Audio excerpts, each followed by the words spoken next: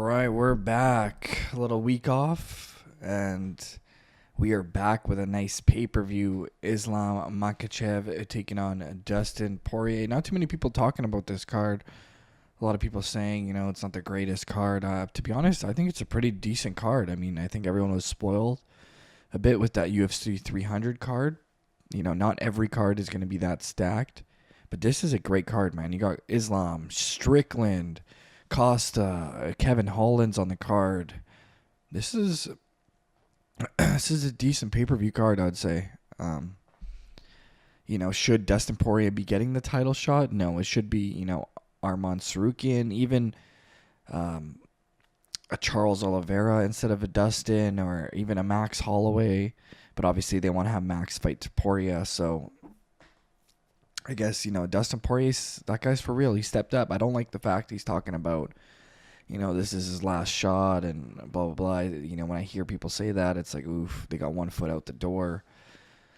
And you're fighting Islam Makhachev, who's, this guy's been flawless. He had that one loss to Adriano Martins a long time ago, but other than that, he's been flawless since then. And some big wins, big wins over Oliveira. Big wins over Volkanovski twice. Those are big wins, man. And I just don't see how Poirier is going to win. I mean, it's a fight, right? He could get lucky, land that big shot. Do you really think he's going to, Islam can strike, man. You seen what he did to Volk.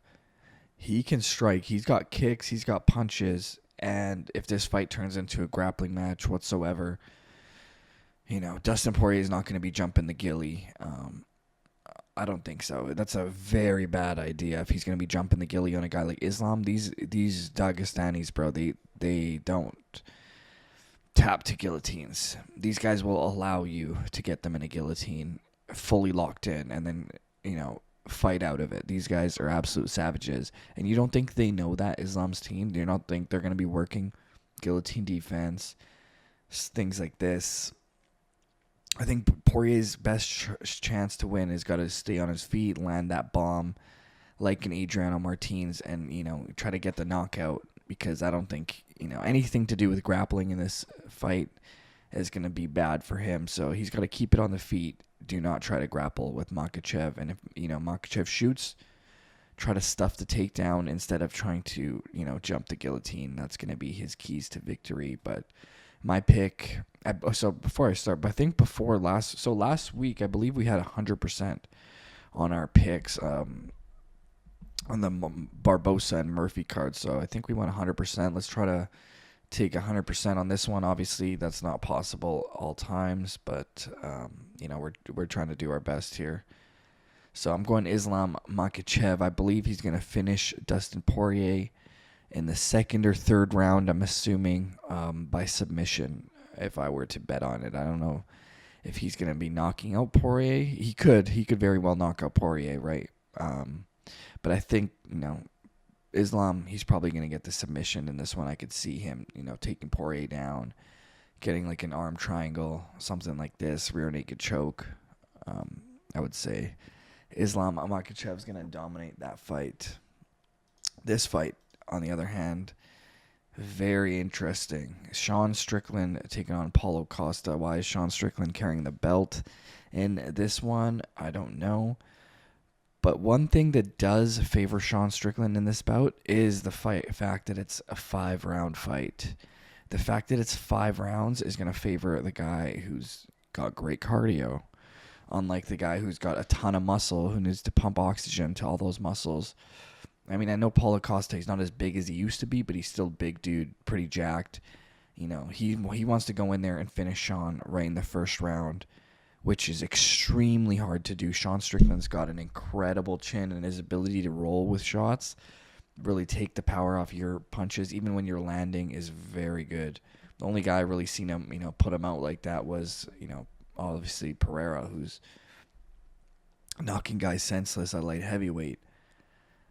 But I got to go with Sean Strickland on this one. Paulo Costa, recency bias, he did not look good against Whitaker. Even that first round, I know he landed that big spinning head kick. But other than that, man, Whitaker dominated him the next 2 rounds.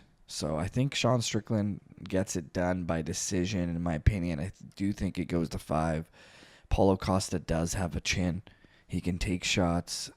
And, yeah, I would say Sean Strickland by decision. I'm curious to see the odds on that, because that would probably be my bet for the day on that one. Sean Strickland by decision is a good bet.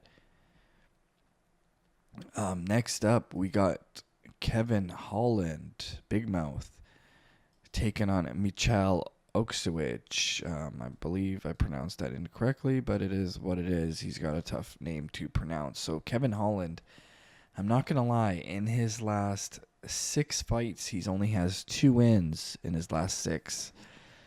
And those 2 wins was to Michael Chiesa and Ponzinibbio. So not the greatest of competition, decent guys. But, he lost to Michael Page. All right. Lost a split decision to Jack Della Maddalena. Good fight. Jack is for real. Got destroyed by Stephen Thompson. Finished.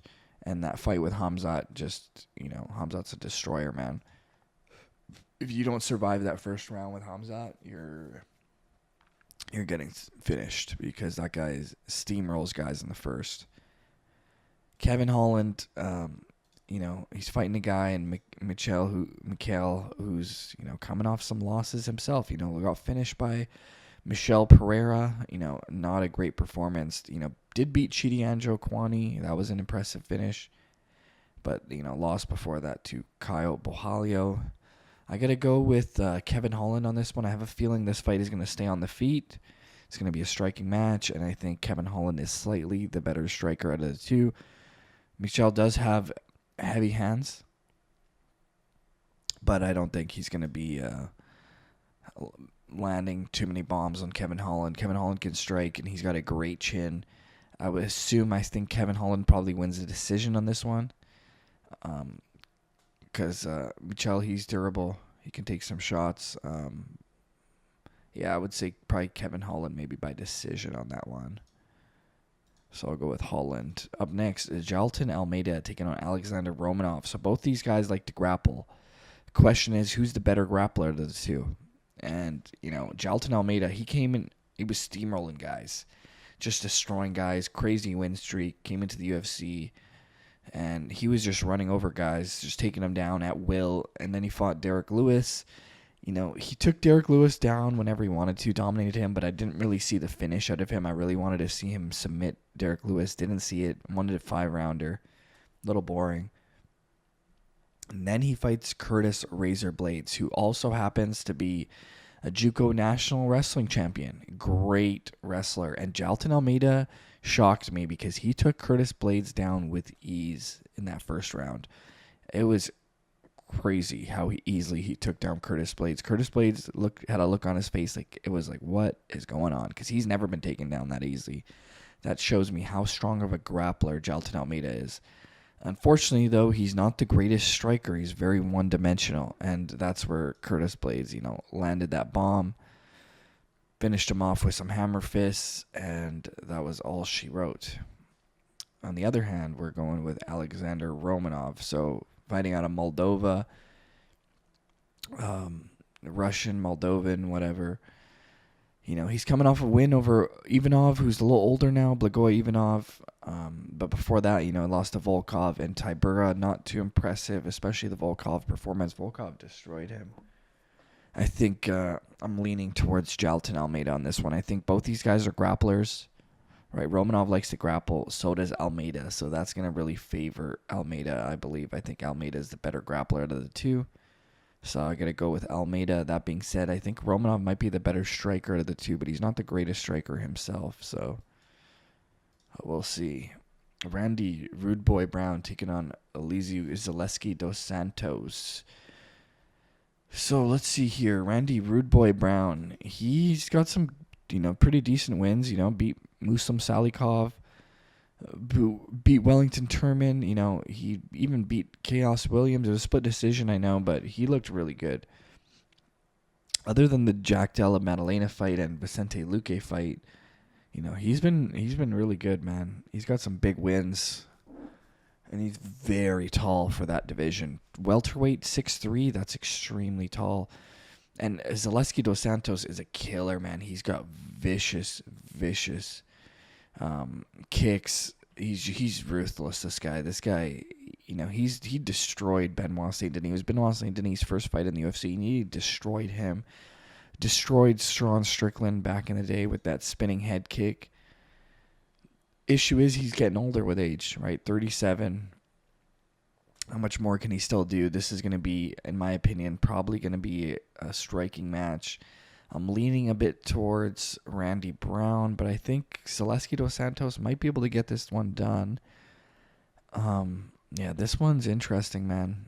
I'm sort of leaning towards Randy Brown, but I no way confident in that pick at all. But yeah, I'll go with Randy Brown, but that's fights to pick him. Because Dos Santos, man, it depends what Dos Santos shows up. Up next in the prelims, we got Cesar Almeida taking on Roman Kopylov. So Cesar Almeida only has 5 professional fights, and he's it's even odds. 36 years old, and he's got 5 pro fights. He started his career extremely late. Coming over from kickboxing, so he's a professional kickboxer. Competed at WGP, Shuto, Glory, high level kickboxer. It even beat Alex Pereira, Boatan, beat him in a kickboxing match. Now Pereira did beat him twice as well. I think they're 2-1, but the fact that he even got a win over Poatan is incredible. That's crazy. You outstruck Poatan? Dang. And now he's taking on Roman Kopylov, and Roman Kopylov's for real. But his keys to victory is got to be take down Cesar Almeida and use the grappling. But he likes to strike with guys. I don't know. I'm sort of leaning towards Cesar Almeida because I have a feeling Roman Kopylov is going to go out there and try to strike with him because that's what he likes to do. And you don't want to strike with Cesar Almeida because this boy beat Pereira. Crazy. Grant Dawson, Joe Selecki. Grant Dawson should get that one. Phil Rowe, Jake Matthews. I think this fight's going to go decision. Nico Price, Alex Morono. Nico Price, he's for real, but he just has not been looking the same. He's either kill or be killed type of guy, and he got absolutely destroyed his last fight by Robbie Lawler. 30 seconds in, destroyed. I think his chin's a little gone, so I'm going to go with sort of Alex Morono. That one, I think Nico Price's time's done. He's got a lot of losses, and just hasn't been looking good. I think his chin's gone. So I'll go with Alex Morono. And the last one I'm going to touch on here is Mickey Gall. 7 wins, 5 losses. I believe he's back in the UFC. He's got a big name. He really built his name off that. What was that guy? The wrestler dude he beat. What was the wrestler guy's name? I can't even think now. Oh, the guy from WWE who came in, fought, and Mickey Gall just disposed of him. What's his name? It's on the tip of my tongue. CM Punk. There it is. So he had that fight with CM Punk, called him out after winning on like a smaller scene. Calls out CM Punk, destroys CM Punk in the first round. And then he fights Sage Northcutt, who at the time had a lot of hype behind him. And he was like in crazy, like 19, like shredded. This guy looked like a superhero. And he beat Sage Northcutt, destroyed him. And then, had some tough losses, fought Randy Brown, even lost to Diego Sanchez. Then he fought Mike Perry, lost to Mike Perry. So he had some bad performances. His last 2 fights, he lost to Morono and he got finished by Mike Malott. Not impressive at all. And he's fighting a total different fighter this time. He's fighting a strong grappler. Basil, this boy, I did not think he was going to be able to take down Jack Della Maddalena at will. And he literally almost won that fight. It was a split decision, and he almost won. Some people even scored the fight for him. That's how insane that was. He literally out-grappled Jack Della Maddalena, and he's a very strong grappler. So I got to go with Basil all day. I think he's just going to out-grapple Mickey Gall. Even though Mickey Gall has some good jiu-jitsu, I think he's going to be on his back taking some punches for this one. That's my opinion. But both guys got a lot of losses, man. 7-5, 8-4. That's not the greatest records for both guys. But I guess, hey, that's why you're on the prelims. But, Basil's for real, man. The way he performed against JDM, I was like, whoa, this guy is insane. If you're able to do that to a guy like Jack Della Maddalena in your first fight in the UFC, look what that guy just did to Gilbert Burns. Basil looked better than Gilbert Burns. Crazy. But yeah, those are your picks. UFC 302. Hopefully, we're able to go 100% on this one as well. If you guys need a place to bet, BetUS, promo code Iceman. Stop being rookies. Use that promo code. Take advantage of it. Your first initial 3 deposits, we're giving you 125% of bonus. So take advantage of that, man, because you can really turn that into something. So hopefully you guys take my advice. If not, do what you're feeling and try to make the most of it. Out.